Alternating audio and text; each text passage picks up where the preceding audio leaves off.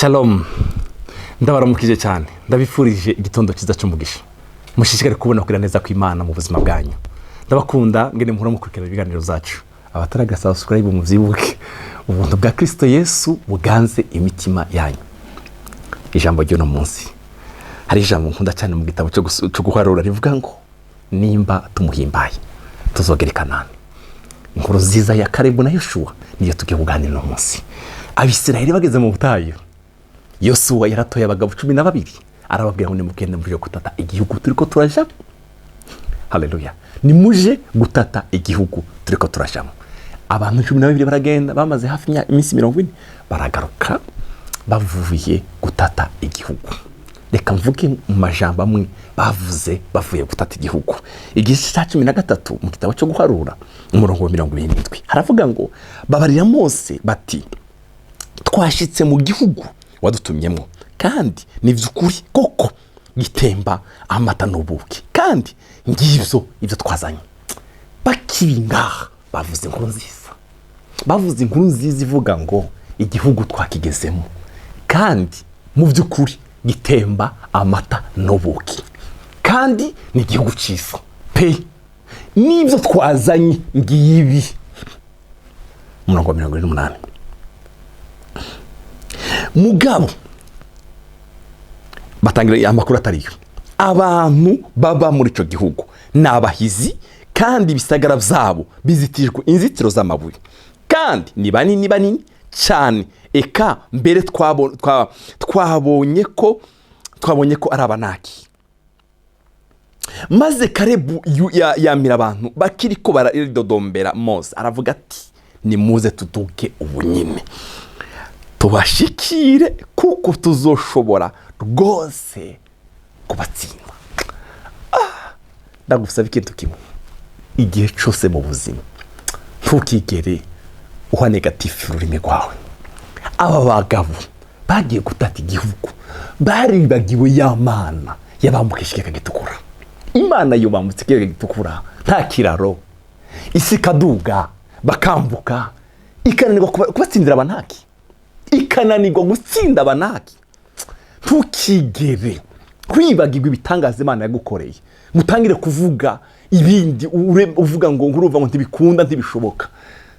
Kalebu na Yoshua ngo basubije amaso inyuma.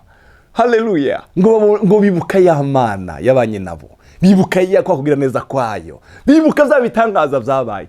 Baravuga ngo nimba tumuhimbaye tuzogera muri kiriya gihugu. Haleluya.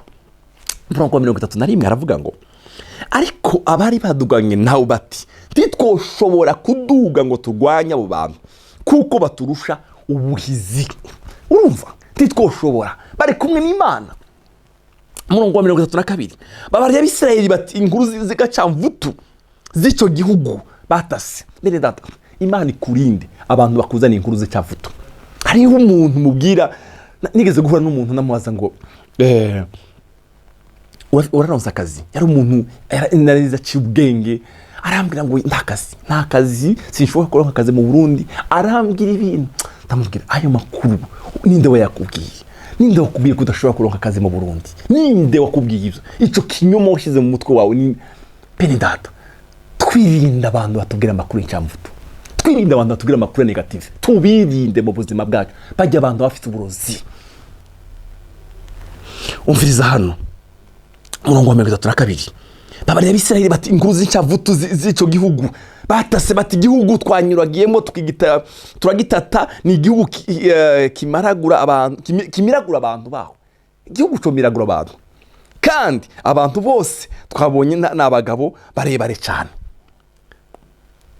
Igice cya 14 umurongo wa 8 uhoraho namba tumuhimbaye azotujana muri icyo gihugu akiduwe kandi ni igihugu gitemba amata n'ubuki nimba tumuhimbaye. Haleluya. Ndakwifurije guhimbara umwami. Uhimbara umwami muvuze ukora byose Kanani uzaginjiramo. Haleluya. Uhoraho nimba tumuhimbaye tuzinjira mu gihugu cy'Kanani. Umurongo 9 mugabo timugarariza uhoraho kandi ntimutinye bene icyo gihugu tuzobarye bwa mutsima. Haleluya. Tuzobarya bwa murumva ngene Yoshua na Kalebu basuzugwa ikibazo bari bafise. abandi bavuga abanaki ko bakomeye, ko ari barebare, ko ari bigatanya, iyo bakavuga ngo tuzobarya bwa mutsima. Barasuzuguye abanaki ku rugezo babagereranya n'umutsima. Icyo kibazo kiri imbere yawe ugisuzugure. Haleluya. Tuzobarya bwa mutsima, icyabakingira cyabavuye ko. Ariko tweho uhoraho ari mu ruhande rwacu, ntacyo mubatinya. Haleluya. Icyabakingira cyabavuye ko, ariko twebwe uhoraho ari mu ruhande rwacu. Ndakwifurije ngo uhoraho mu ruhande rwawe, uzi ugenda uhoraho ari mu ruhande rwawe. Haleluya. Ntukazugire ubwoba, ntukazugire ubwoba n'icyo kibazo cyangwa n'abo bantu bagutera ubwoba, nimba uhoraho umuhimbaye. Haleluya. Mungu wetu asifiwe sana. Hari ijambo ryavuze hano, kandi abantu bose, ijambo ryavuze ngo ariko tweko uhoraho ari mu ruhande rwacu, ntacyo mubatinya. Uhoraho ari mu ruhande rwacu, ntacyo mubatinya. Ntacyo utinya icyo kibazo, nimba uhoraho ari mu ruhande rwawe, ntacyo utinya. 14:28 aravuga ngo babarira uti kundi uhoraho agize ati, arahigora kwiba ati ivyo nyumvise mwivuge n'ibyo nyene nzobakorera. Barya bidoze bose n'ababumvise bafiriye mu butayu. Imana yarababwiye ngo ivyo nyene numvise muri kumwidoga nibyo nzobakorera. Ariko Yoshua na Kalebu, haleluya, bazinjira muri kiriya gihugu. Imana idushoboze. Bavandimwe, twirinde kuvuga amajambo ya negatifu mu buzima bwacu. Aba bantu bagiye gutata igihugu mbere bavuze amajambo meza, hanyuma baravuga ngo abo twabonye tujye. Ariko Yoshua na Kalebu aravuga ngo nimba tumuhimbaye, ngo icyabakingira cyabavuyeho, ngo ariko twebwe Imana iri mu ruhande rwacu, nimuhaguruke tugende ubunyine. Imana iravuga ngo Yoshua na Kalebu kiriya gihugu mwakandagiyemo muzokigeramo, ariko bano bantu bose nta n'umwe uzogera muri kiriya gihugu. Arababwira ngo ibyo numvise matwi yanyu mwivugira nibyo uzobakorera. Rinda ururimi rwawe, rinda ururimi rwawe, vuga amajambo wizereye. Mu gitabo cy'Abaheburayo aravuga ngo dushishikare kwatura ibyizigiro byacu, kuko yasezeranye ariyo kwizerwa. Wirinde kuvuga ibinyuranye n'ibyo wizereye. Umwami Yesu aguhezagire. Haleluya. Wirinde, nimba uhimbaye umwami uzagera muri Kanani, nimba tumuhimbaye. Niko Yoshua na Kalebu, nimba tumuhimbaye, kuko icyabakingira cyabavuye ko. Ariko twebwe Imana iri mu ruhande rwacu. Ndakwifurije ngo Imana ibe mu ruhande rwawe. Reka ndagusengere. Haleluya. Mwami Yesu, turagusabye ube mu ruhande rwacu, ube mu ruhande rwacu. Haleluya. Ube mu ruhande rwacu, uturinde amakuru y'icyavuto, uturinde abagenzi batubwira amakuru y'icyavuto.